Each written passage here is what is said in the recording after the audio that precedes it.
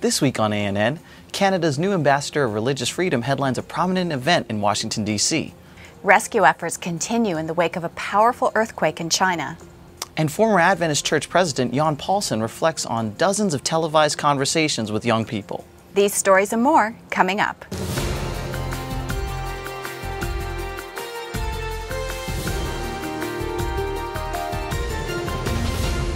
This is ANN, a service of the Seventh-day Adventist World Church. Thanks so much for joining us this week. First in the news, Adventist religious liberty experts say Canada's new office to protect and promote freedom of belief is helping the country become a key voice in support of human rights worldwide. Last week, the director of the office spoke at a religious liberty event sponsored by the Adventist Church in Washington, D.C. Human dignity is at the heart of freedom and belief. That's what Canada's first ambassador of religious freedom said last week at one of Washington, D.C.'s leading religious liberty events. Ambassador Andrew Bennett was speaking to 160 leaders and officials from the diplomatic community in the U.S. Capitol. He pointed out areas of life that are impacted by religious liberty. Freedom to preach it, freedom to engage in missionary activity, freedom to change one's faith, and yes, freedom to hold no religious beliefs. The need for action in defending freedom of religion, as you well know, is urgent. This year's Religious Liberty Dinner brought together ambassadors and representatives from government agencies, faith groups, and advocacy organizations, all coming out to show their support for freedom of belief. The event celebrates religious freedom and honors those around the world who work to protect and promote this human right. Charles C. Haynes was honored for his work protecting First Amendment rights in public schools. Katrina Lantos-Fett was recognized for defending the universal right of freedom of religion worldwide. The Religious Liberty Dinner was hosted by the Canadian Embassy. The Seventh-day Adventist Church is standing together with Canada to promote freedom of belief. This is a human issue, not a theological issue, and the Government of Canada really wants to work with all of its allies and partners, including different faith communities, to champion this right and to emphasize it. And we will, stand up for any community that's being persecuted in the world. And we look forward to all the opportunities of collaboration that we might have. Adventist religious liberty experts say they're impressed by Ambassador Bennett's commitment to protecting religious liberty and grateful that Canada has formalized its support of religious liberty by creating an office to protect freedom of belief worldwide. Emergency workers in China are continuing a massive rescue operation in the country's Sichuan province this week after a strong earthquake hit the region. Local media are reporting that close to 200 people died in the quake. Thousands more lost their homes, and many have yet to receive food, water, and other emergency aid. Poor weather, powerful aftershocks, and roads blocked by landslides have complicated rescue efforts and aid distribution. Adventist humanitarians in the region walk 40 kilometers to access affected communities. Adventist Development and Relief Agency staff said the narrow roads in the region are still damaged or blocked. ADRA is expected to continue to monitor the situation in the coming weeks, assessing needs and providing aid. Adventist writers and producers in Australia are making final edits to the script of a heritage film project set to trace the church's early formation. The film, called Tell the World, will follow key church pioneers such as Ellen and James White as they discover new Bible truths. Producers at Adventist Media Network in New South Wales say they originally planned to create a DVD series, but production has grown into a dramatized, full-length feature film. Producers are working with a team of historians to ensure that the story is accurate. Filming is expected to begin later this year. Church leaders say they hope the film will be a powerful tool for evangelism, impacting community members, and reigniting the faith of Adventists. Adventist youth leaders in Inner America are connecting with young people in a unique way this week. The region's Youth Ministries Department is hosting its first online youth campaign called Win with Jesus. Thousands of young people are watching the virtual event on their smartphones and tablets. The program uses lessons from the lives of Bible characters such as Gideon to demonstrate how faith can overcome challenges. Youth Director Benjamin Carballo says he hopes the program helps young people realize that they too can be victorious in Jesus. Hundreds of young people, a dozen countries, 7 years. The series of live, unscripted conversations between former Adventist Church President Jan Paulsen and young people is over, but the lessons live on in a new book. called Let's Talk, Conversations with Young Adventists About Their Church. The book reflects on the questions and concerns of college students and young professionals worldwide. Every chapter closes with conversation starters meant to bridge the gap between generations of Adventists. Earlier today, ANN anchor Erica Richards sat down with Pastor Paulson to learn more about this book and the Let's Talk television series that inspired it. Thanks so much for joining us, Pastor Paulson. Thank you. I'm pleased to be here. What's the most important thing the church can do to engage younger believers? Well, I think that the church needs to keep communication open and going with our younger members, our youth, the young adults in our church. A community which doesn't communicate, the people walk away from each other. And I think we need to talk to each other. And I think the church needs to have trust in the younger members of our community, trust enough to give them opportunity to practice their gifts and skills and talents. You talk in your book about giving young people space to make mistakes. What do you mean by this? Well, look, sometimes those of us who are not so young, we tend to be we look somewhat judgmentally on the flaws and mistakes that the younger ones display. Look, we were all there once. We all had our share of mistakes. Growing up means you learn from your mistakes and you move on.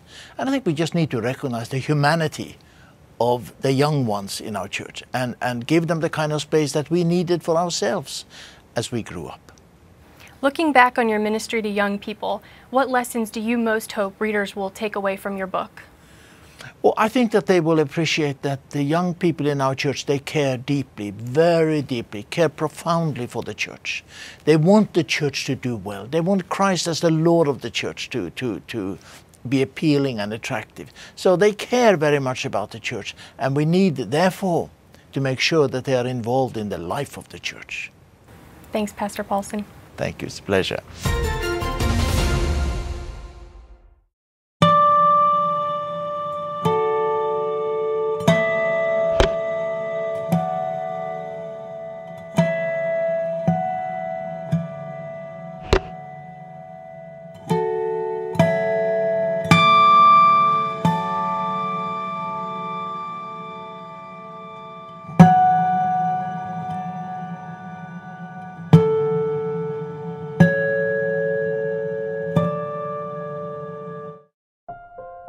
As I was reading through The Great Hope, here's a phrase that caught my attention.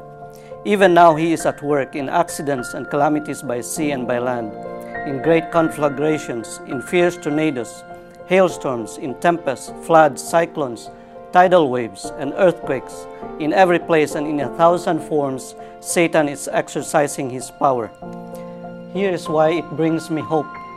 The calamities and catastrophes are predicted in the Bible and in this book, but they don't bring me hope in itself, but reminds me that the Bible is true and this book is true, and that I can cling on God's promises. And in spite of the troubles and sufferings of this world, there is hope, and that is in Jesus Christ alone. He is my Redeemer, my Savior, and my friend.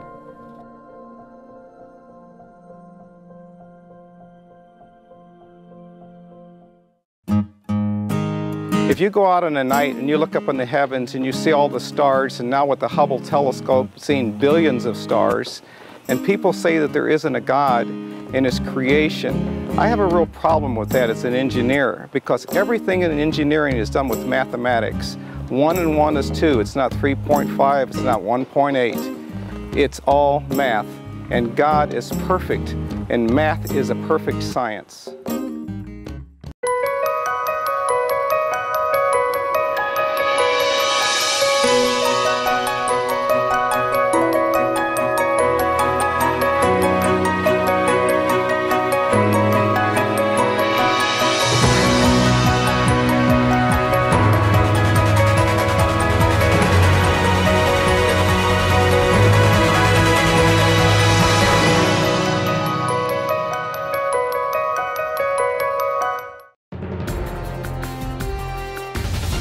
Welcome back. The May issue of Ministry Magazine has advice on reaching people in the world's biggest cities. We asked Willie Hux for a preview.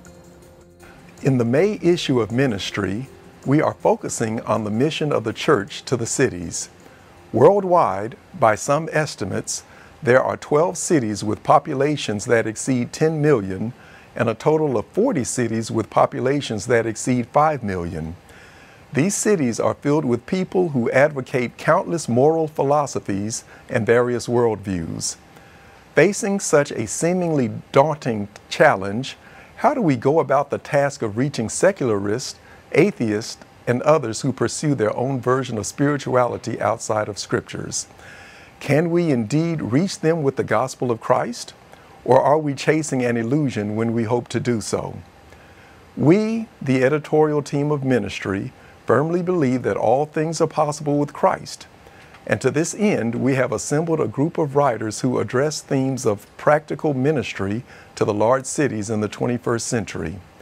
As an example, Johnny Wong shares his testimony of an urban-based outreach center that he and others started 10 years ago and has resulted in 3 churches planted within cities, most of the members from non-Adventist backgrounds, and close to a 90% retention rate of baptized members.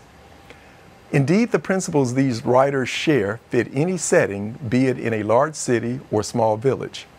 But we also believe that true success does not lie in techniques. We recognize that it is not by might nor by power, but by God's Spirit that our mission to the cities will be accomplished. We trust you will be blessed as you read the May issue of Ministry. The media team from Novo Tempo recently toured historic sites along the U.S. East Coast. They were gathering footage and information to cover the church's 150th anniversary. Before heading up north, though, they covered something a little closer to the Adventist World Church headquarters near Washington, D.C. Larissa Preuss has this report. Simple, small, dressed in a very light shade of pink, almost white. By itself, it could easily go unnoticed. But this rare Oriental beauty has the power to attract a multitude, literally, to its feet. It's been 4 months of cold weather, not much sun, and almost no green to be seen. But as the winter ends, the cherry blossoms appear as a delicate invitation to those who have spent so much time indoors to come out for a new season. It's great. It's definitely more crowded than I thought it would be. But it's definitely a testament to the beginning of a new spring, and my people say in Japan, when the cherry blossoms bloom, it's the beginning of life and the beginning of spring. The phenomenon that attracts more than 1 million people this time of the year to Washington, D.C. has a name. Sakura is the Japanese word for cherry blossoms. The 3,000 plus cherry blossom trees planted along the tidal basin were donated to the people of the United States by the people of Japan. The first trees were planted in 1912 by First Lady Ellen Taft and the Viscountess Iwa Chinda, and after all these years, they continue to bloom. Emily lives in Hawaii. Last year, she watched the Cherry Blossom Festival in Japan, and by observing the sakura, she learned not only the word ephemeral, but also the feeling behind its meaning. Well, the cherry blossom only lasts 2 weeks, which is a very short period of time, and that kind of makes me sad because its beauty is very, very nice.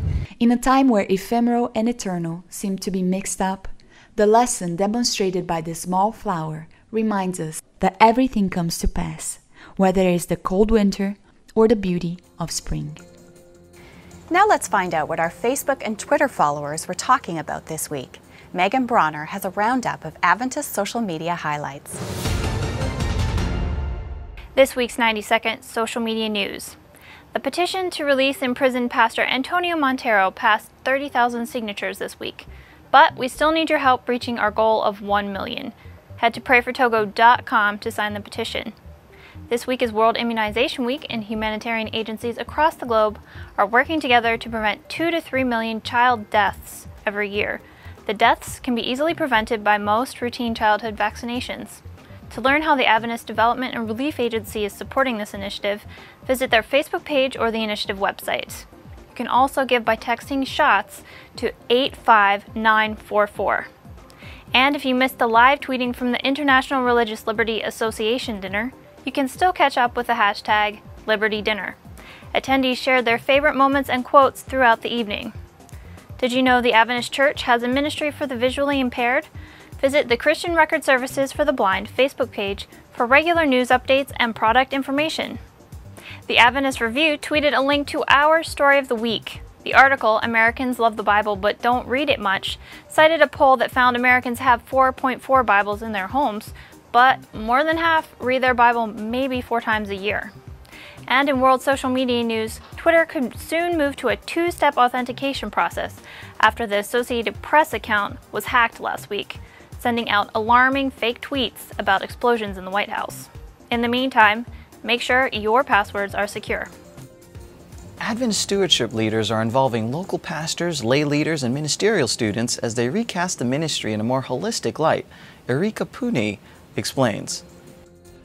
A stewardship consultation provides an opportunity for stewardship leaders to recast stewardship vision, assess past plans and activities, strategize for the future, share resources, and inspire participants towards shared outcomes for the church. This was the experience of Stewardship Ministries directors and invited guests who participated in such a consultation held in Nadi, Fiji, in July this year for the South Pacific Administrative Region of the World Adventist Church.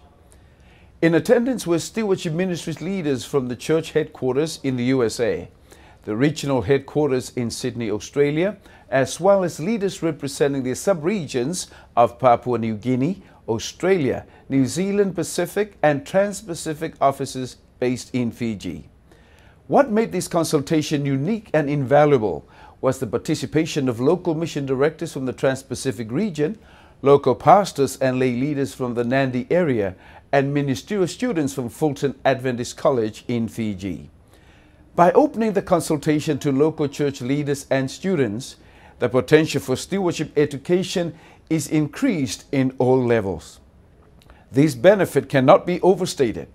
The more leaders we have who fully understand holistic stewardship, the better the message of holistic stewardship, of course, being the rule of Jesus Christ in the heart. Radio can be an effective way to reach countries where traditional evangelism is difficult. Adventist World Radio recently asked a lay member from southeast Spain how the radio ministry is impacting North Africa. Carlos, how can we best reach the countries of North Africa close to Spain where you live? What is the best way to get to these people with a message? Todos los medios están disponibles y todos están a nuestro alcance, pero de todos ellos, si hubiera que elegir con eficacia, sería la radio, porque es el medio que con más intimidad la gente puede escuchar. And how would you do this from Spanish territory to reach Morocco, Algeria, and other countries in North Africa? Where would you put the radio stations? España tiene territorios en el norte de África, frontera con Marruecos, Ceuta y Melilla, y ciudades próximas a distancias muy cortas desde las que se puede alcanzar el territorio marroquí en FM y también físicamente, con las personas. There are many people in Morocco that can hear the stations from Spain. Do we have any proof that the message, the signal, is getting through to Morocco? La radio y la televisión, pero especialmente la radio, llegan con una gran eficacia a todos los territorios norteños, es decir, desde la puerta de Dakhla, en el sur de Marruecos, hasta Orán, la ciudad que está en Argelia. Todos esos territorios son alcanzados por la radio. Thank you, Carlos, for being here with us and sharing with us today about what you're doing in Spain for these countries. Appreciate it. Gracias. Still ahead on ANN, the most convenient ways to share photos online. But up next, a new television show explores overcoming addiction.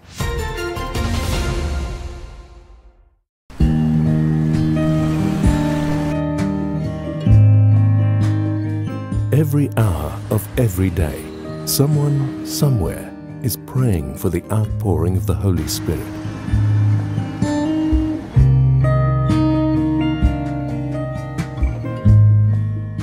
"777", praying at 7 a.m. and 7 p.m., 7 days a week.